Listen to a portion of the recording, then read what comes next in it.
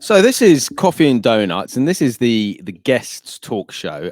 This is the second in the series. The first one I spoke to Mark Lancaster, and this one I have a now very good friend. I would like to describe him as Lee Phunky Flavas. He's been watching the show from quite early on.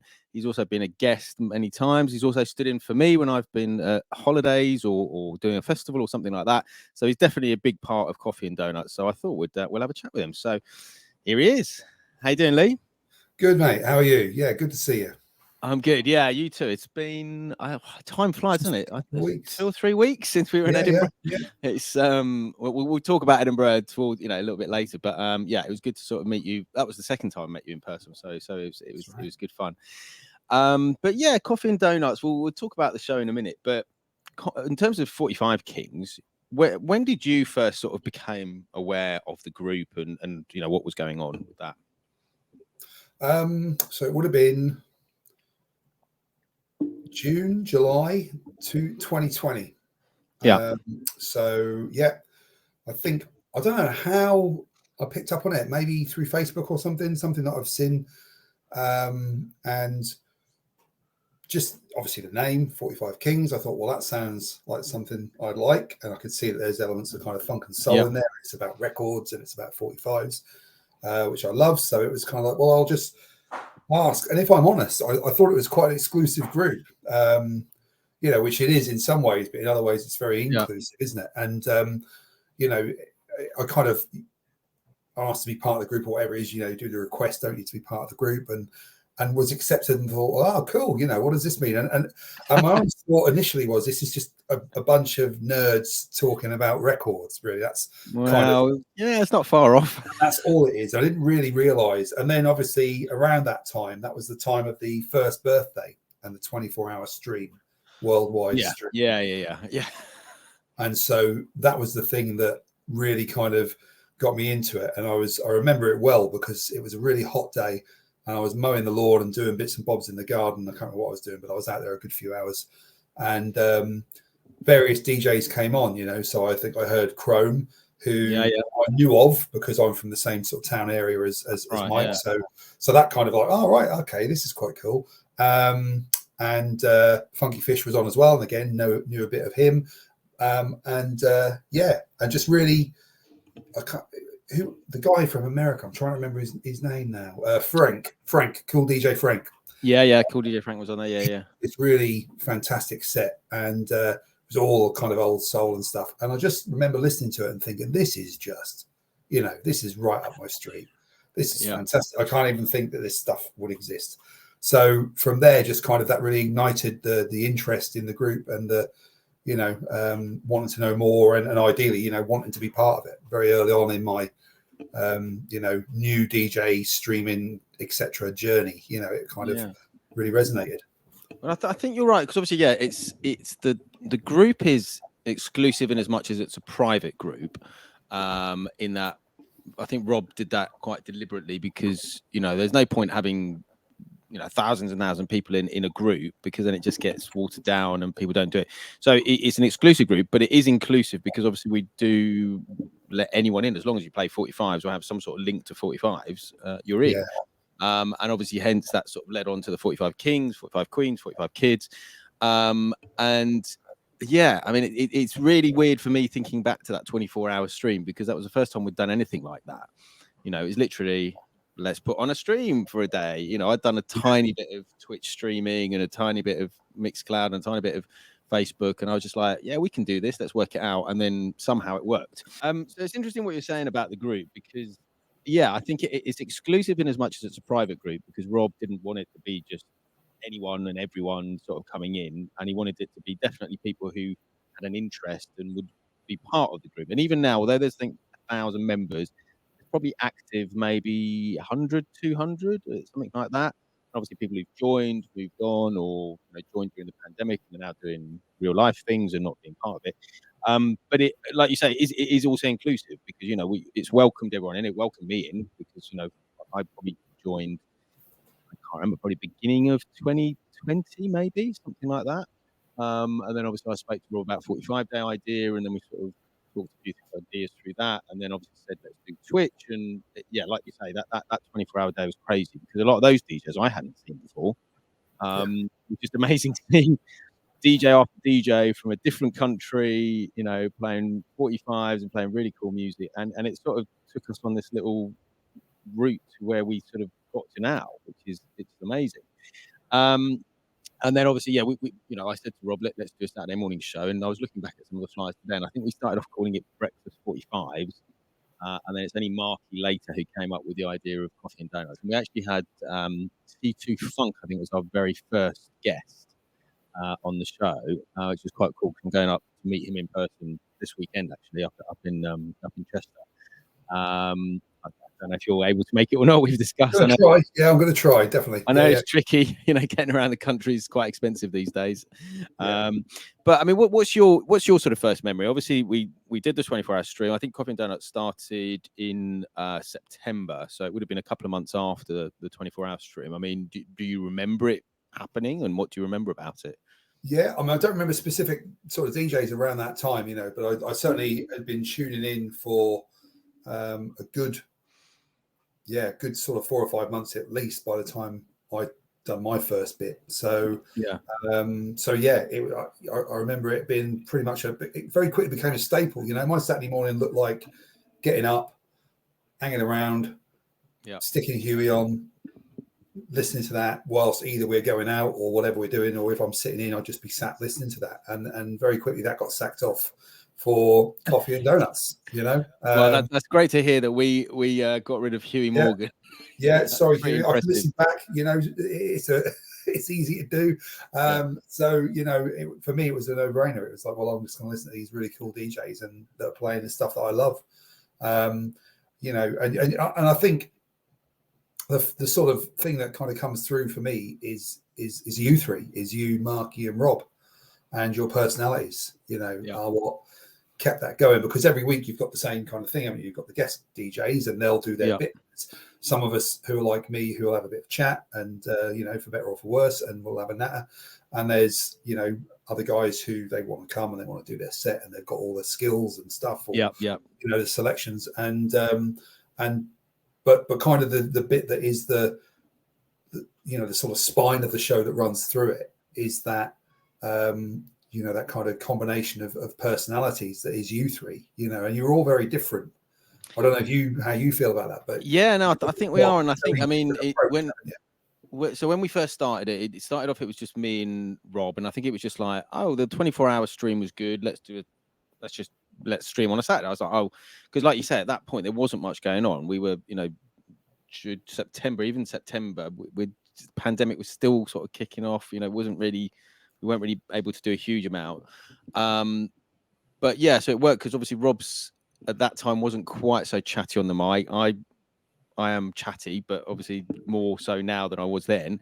Marky isn't, but it's just the mix of the music, definitely, and the fact that it became a regular thing. And you know, obviously Rob doesn't do the Saturday mornings anymore because his situation's changed. But it was wake up with Rob, then me in the middle, then Marky, and then again we started with one guest, and then it became let's extend it to two guests, and then sort of mixed it up. But yeah, I mean, like you say, for me it was Saturday morning, you know, in the midst of pandemic or whatever, it's like, you know, I could just lie in bed, but no, I've got a show to do.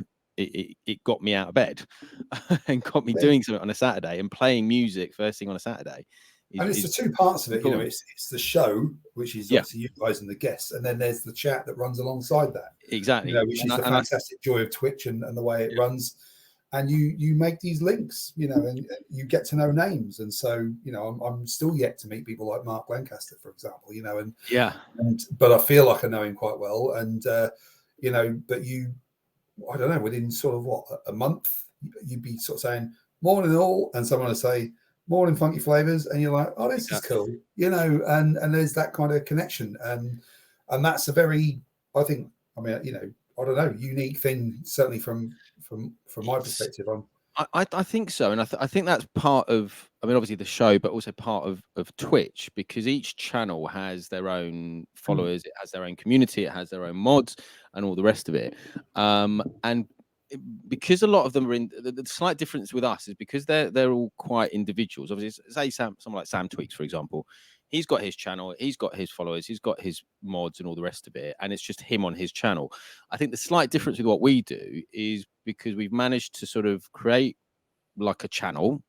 We've created a show. There's 3 of us and then the guests, but then the guests who are in the chat, after a while, they then come and be guests on the show, because that's how it's mainly happened for me. You know, I've sort of picked up from guests from the Facebook group, and I pretty much do all the booking for Coffee and Donuts. But it's like, right, I'll see someone. I think probably like reached out to you, and I said, oh, okay, saw you in the chat, and I was like, do you want to come and be on the show? Or someone like Armand's, or someone like someone who's regularly in the chat. Still trying to get Keith Fowler on, apart from when we did Coffee and Donuts there. But it's great that people can be viewers of a show and then be part of it, because then it keeps it all going and it builds a community. That's what I've really enjoyed about it. Yeah, and that's that. That's the inclusive bit, isn't it? That's the thing about. That's the joy of it. Like you say, you can turn up, someone can reach out, you'll reach out and say, those things will go live in the chat when you're hired. So and so, I've never seen you before. Do you want to be part of the show? And you get the takers from that, and the people are like, oh no, I'm not too sure. I mean, for me, it was I didn't even have any gear. I had a project deck and my amp and speakers, and that was the route I was going down before I kind of discovered Coffee and Donuts. Really, that I was going down that, getting back into listening to the records that I've got. Having a kind of interest in buying some new stuff and listening to that, but more as the kind of as a kind of as a listener and a collector. The idea of DJing and playing again was something that felt unattainable really, and then to have someone reach out and say, do you want to do this, and think, oh, hold on a minute, I used to do this, I used to do it for a living, and then I used to do it as a kind of, for a long time, and I suppose comparatively well or successfully, you're like, well, yeah, why not? And it just right, I'll get some cheap gear, and that was the conversation with the wife. I'm going to get this really cheap gear. I think a couple $100 for the whole lot, and just see how it goes. And if I don't do it, then I'll sell it on or whatever, and it's a couple $100. Well, that was the thing, I mean, it's there's the whole technical side of it, and another thing that I've been thankful of is that people helped me get to where I've got to in terms of, right, buy this camera, get this sound card, get OBS, do overlays, blah blah blah, and all the rest of it. And then obviously I've then been able to sort of pass that information down and help other people and get people streaming. There's quite a few people that like yourself. I don't know if I've specifically helped you, but there's certainly other people that I have helped and said, right, get this camera, get this audio card, this is what you need to do with OBS, here's your settings, and then they're that live. guide that you sent out was pretty foolproof. Do you know I mean, and big shout out to Dave Cowan who put that together, because again, it was like if you've never done it before, and a lot of us I hadn't done it before, and it's suddenly you're like, okay, well, this step 1, step 2, step 3, right, you can do it. So it's been brilliant seeing people who've never DJ'd out before, never done. I met people like Kev Clark, who again was sort of in the chat, and then I reached out to him for 45 Day last year, and I said, "Oh, do you want to do a mix?" He said, "Oh, well, I don't know, I've not done a mix before." And I was like, "Well, just record it. It's fine. Use this software or do this." And then suddenly he's got a mix, and then suddenly he gets into the charts on Mixcloud, and then it's just been amazing how it's sort of rolled and grown into what everyone's sort of doing now. It's really humbling. It's really still blows my mind, really. What we've managed to achieve. Yeah, definitely. And it, for lots of us, I think probably I'm similar to some of the guys in that you sort of don't, you're striking out on your own, but you do your own stuff. You've got your own Mixcloud page, you put your own kind of bits and bobs on there. And as a consequence, possibly of jumping off the back of what's gone on with Coffee and Donuts and putting mixes together for 45 Kings, you've got a little bit of a following, and people might take the time and have a listen. And that is, that's incredible. I think I think that side of it has been really good. Certainly with the 45 Kings, because obviously the mixes are on the Mixcloud for 45 Kings, and obviously they get a lot of listens, a lot more certainly than individually you'd get, and a lot of them do get very high up in the charts, which is great. And then equally for me with 45 Day, it's nice to be able to just curate and then constantly promote people and say, right, okay, this person's done a mix, that person's done a mix, go and listen to it, go and listen to that. And it's it's that whole sharing and promoting everyone that comes back, and that's what I love. It's just a community. We built this amazing community that everyone is part of. It's brilliant. But the engine room of that for me is coffee and donuts. Yeah, and that's the thing. When you sort of that's the thing that I kind of think about is that's the hook. Yeah. Saturdays people are generally off, or it's Saturday night if you're in Australia, which what a way to get ready for a Saturday night. Do you know what I mean? Exactly. Yeah. And if you're here, it's what a way to kind of get into your early sort of part Exactly. of the Yeah. And it's like, we come back to it. It's the interaction. So I think as well, it's the chat, and also it's quite nice that you can say, it's cost us all a lot of money in buying records and hearing people pay things, but it's amazing that you can hear a record and immediately you can just say, what's that, 45? And then people will show it to you, or they'll tell you what it is, or they'll put a link in the chat. Right, go and buy it. Or we're supporting people like T2 Funk, or supporting some of the other artists who put out 45s. There's so many layers to it, that it's it's brilliant. I've loved it.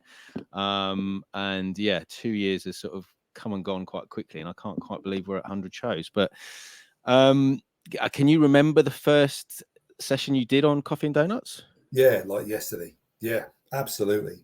I was pretty nervous. Yeah. Rolling Adam was on after me. Twice I've been on with Rolling Adam, so it's a great combo, because he's got his hip hop skillful, and you've got the sort of world flavors and all sorts a bit more of a varied sort of thing. Yeah. He's seamless and he's massively skillful. So two very different sets.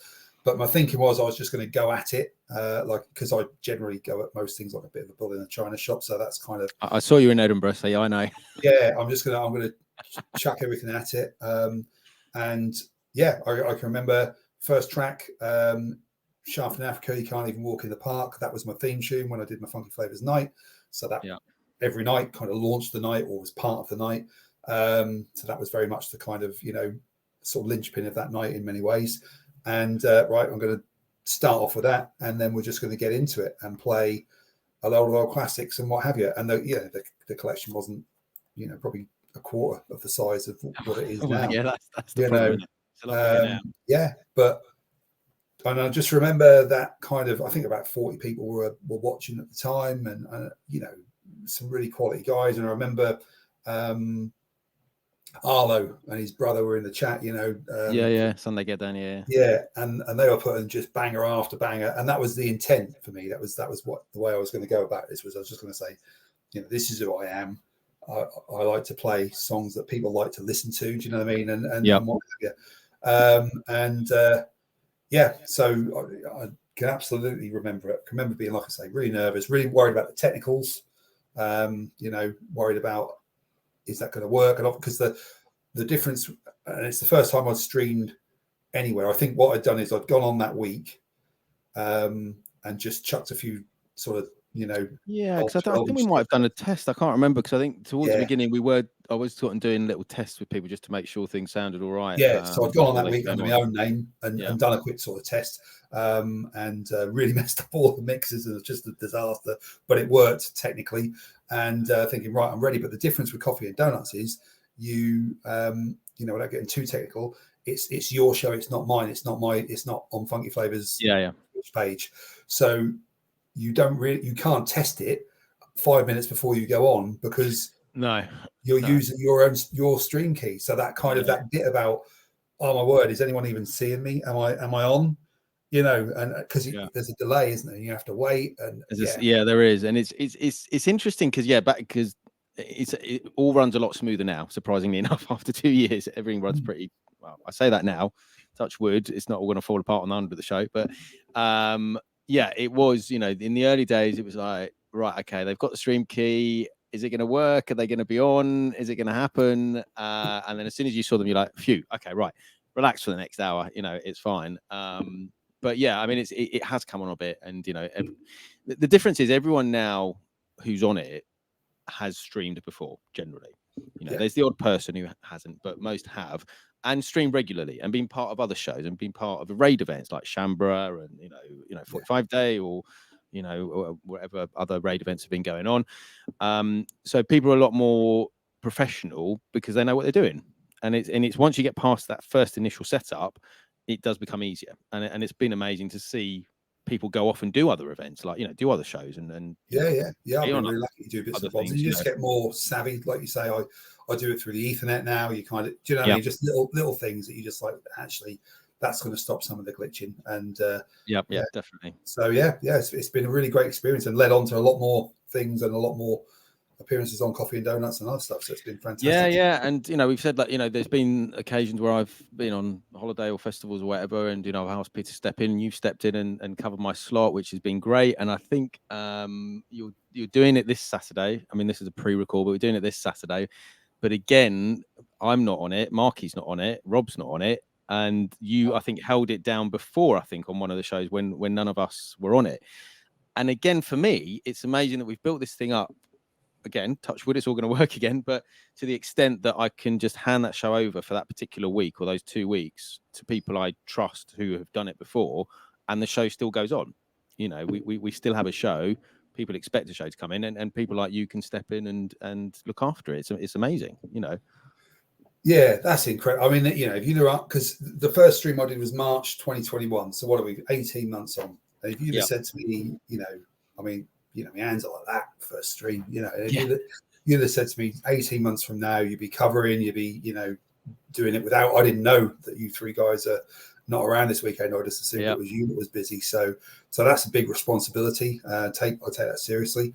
But also it's a real kind of, you know, pat on the back. I mean, you know, I can't put it any other way. It's again, Wouldn't put there if you didn't think I was going to do a reasonable well, exactly. job. But it's also the inclusivity side of things. You know, at the end of the day, you know, it's 45 Kings is there, Coffee and Donuts. Yes, it's a show, but we're all part of it.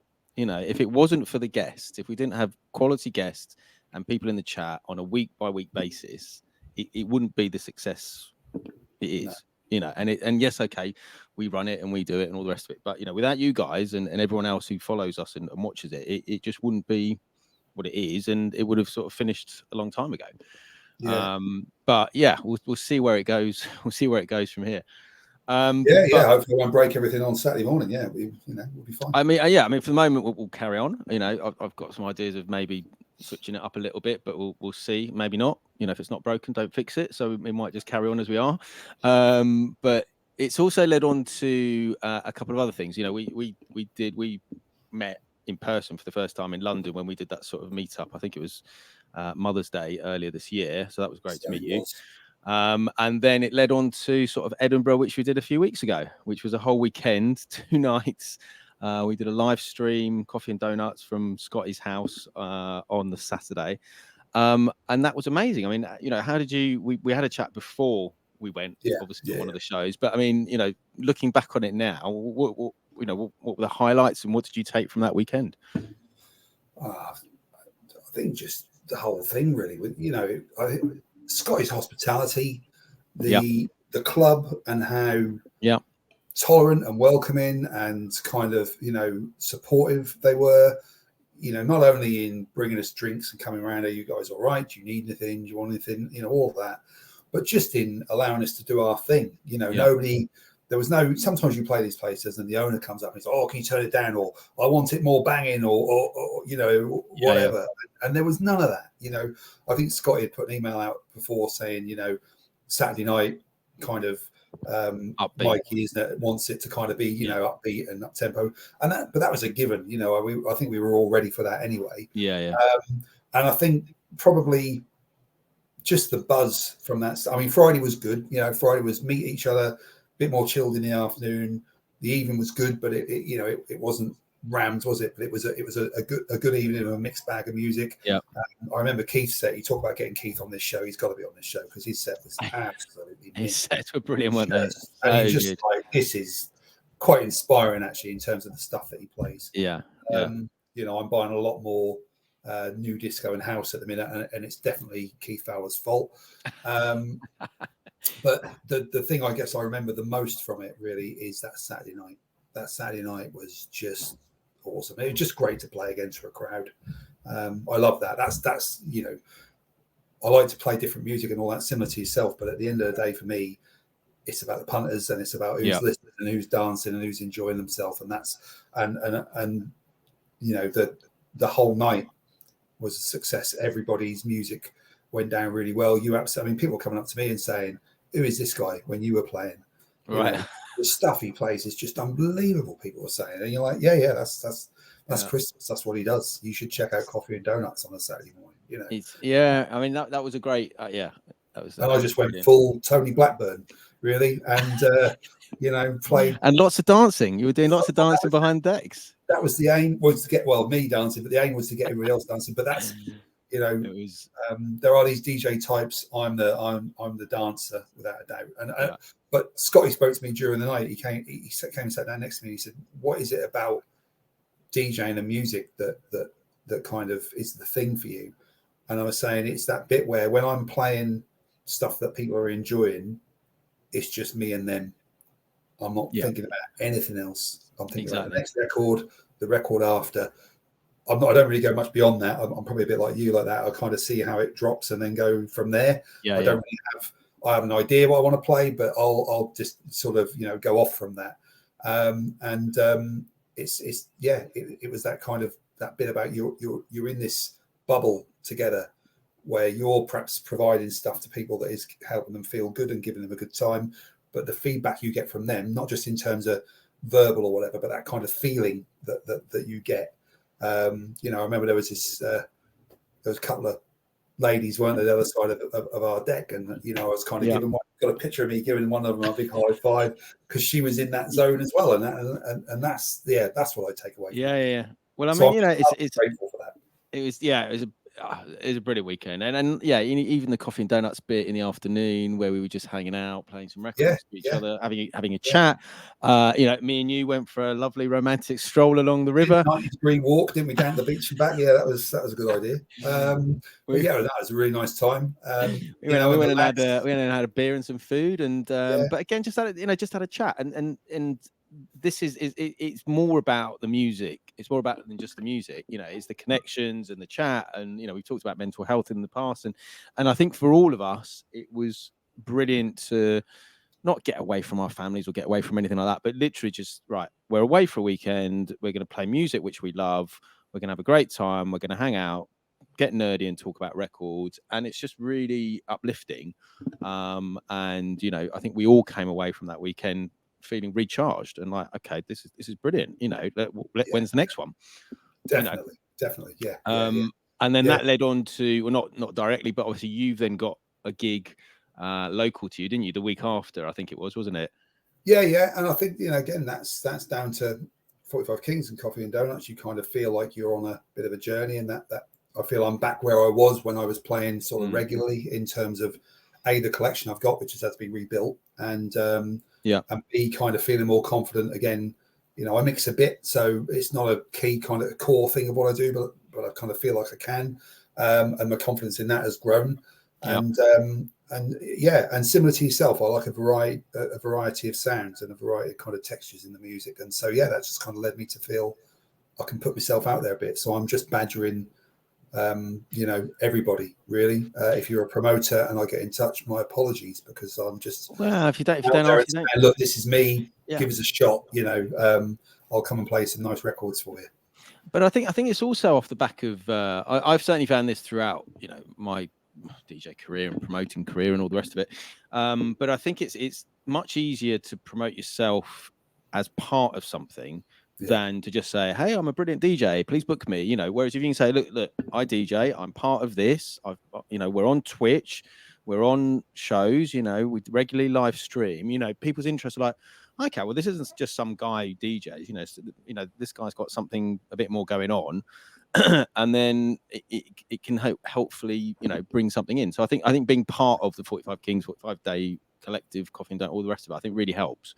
Definitely, you're affiliated, aren't you? And it's a bit like this weekend. You know, you wouldn't allow me to play if you thought I was going to come on and, you know, wreck everything. So there's a responsibility. There's a responsibility there on me, which, like I said earlier, I take that seriously. You got to be professional. But equally, you can play what you want. That's the other thing I love about Coffee and Donuts, because I never know what what people are. I mean, I never know what Mark is going to play after me.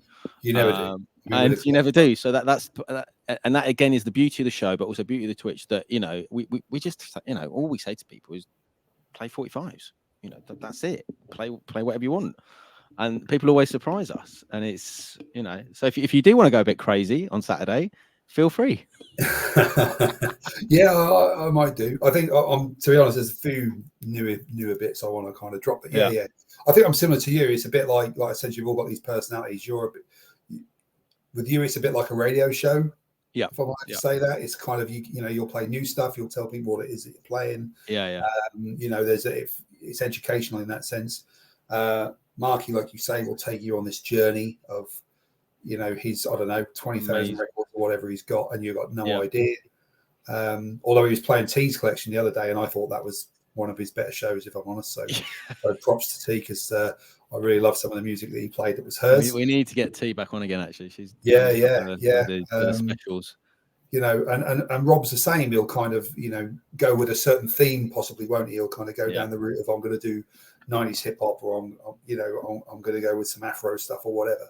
And again, you get something very different from that, and that's the joy of it. Yeah, it's been brilliant, and I'm just really excited about where it's going to go next. Really, I mean, Coffee and Donuts will carry on, and then we'll just see. Lee, it's been an absolute pleasure. Thank you so much. It's been brilliant chatting to you as always. Hopefully, we'll get to see each other again in person in the not too distant future. Hopefully. But otherwise, it's because it's Friday night, isn't it? I'm mindful now that I've got to be back for your 9 o'clock slot Saturday morning. So yeah, of course it is. I hadn't actually. That's why you're covering, because I'm in Chester. Yes, of course. I hadn't put those two links together, so I can get back late and get up early. That doesn't faze me. But I just Well, if you can make it, brilliant. But if you can't, I totally understand. You're only on till 11, aren't you? So it's not too bad. Yeah. But yeah, right. Anyway, take it easy, Lee, and we'll speak to you soon. Yeah, cheers. Thank you, everybody. Thank you, Zizzy. Bye. Bye.